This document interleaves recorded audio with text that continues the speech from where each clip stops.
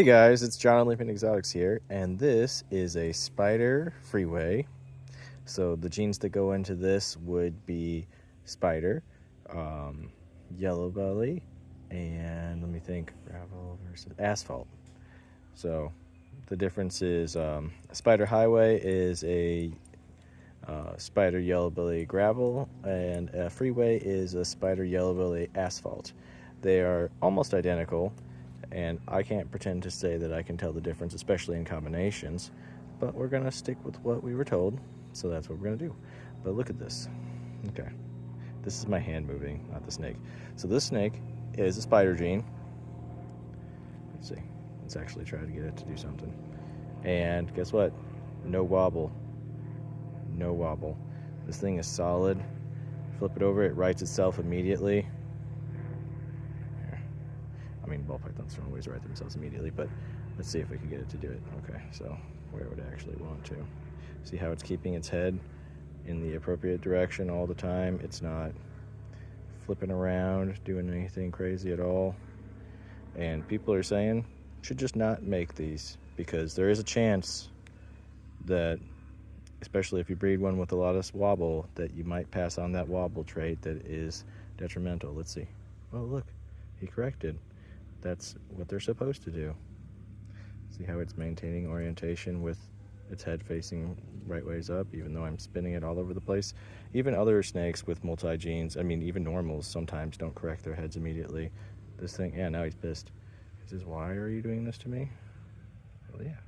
Beautiful animal, very solid, eating consistently, no issues whatsoever, not suffering, no loss of quality of life, and from my understanding, it does not affect their life expectancy, and whoever is pushing that, it's an excuse why you didn't take good care of your snake, in my opinion.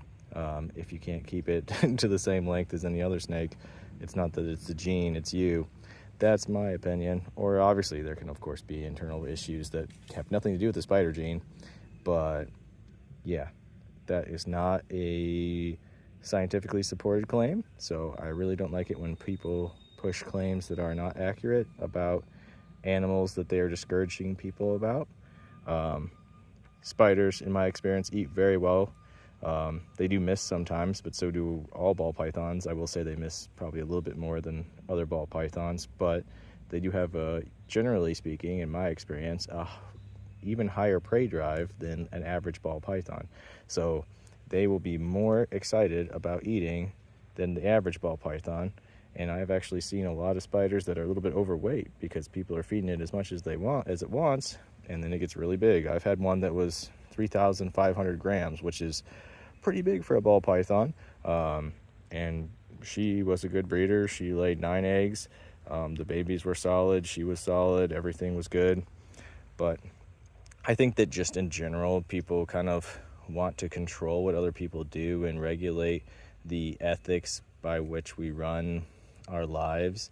And personally, I think that that is not anybody's responsibility except for the individual. And I can appreciate when somebody says, I don't want to buy a spider morph. I don't like that it has this issue, even if they are misinformed about the actual symptoms and or consequences of having spiders in spider gene in ball pythons, as obviously they are.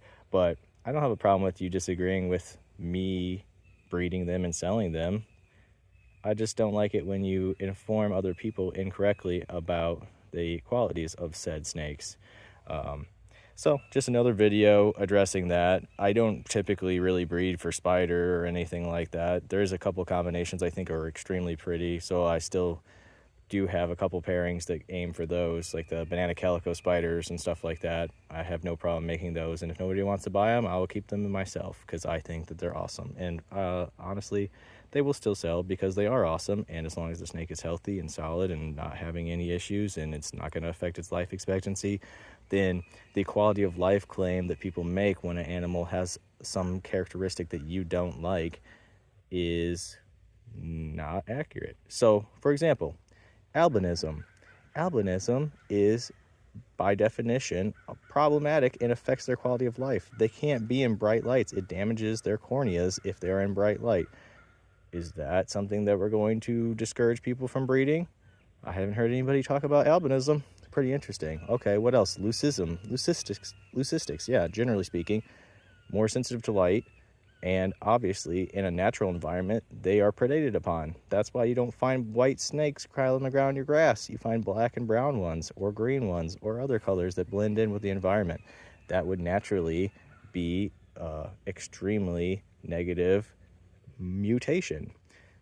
We don't talk about those things, but we actually do find spiders crawling around out in Africa because it is not a disadvantage to have the spider gene in the wild. That's why we actually found those consistently. We found multiple of those, and that's why they were imported as a spider. It's a codominant trait. It passes 50% of the time onto its offspring. If it was really disadvantageous, then it would not have survived in the wild. These are my opinions, and feel free to comment in the comment section and tell me why I'm wrong or why I'm right. I don't know if I said anything. I haven't actually. I'll have to listen to this over and make sure I didn't misspeak on anything. But I think everything I said is consistent and accurate. But if I did say something wrong, please correct me. Hope you enjoyed watching. Check out OlympianExotics.com. I'm about to be putting this one up for sale, actually. This is a Freeway spider male. And yeah, he'll be up on the site probably tonight, maybe tomorrow.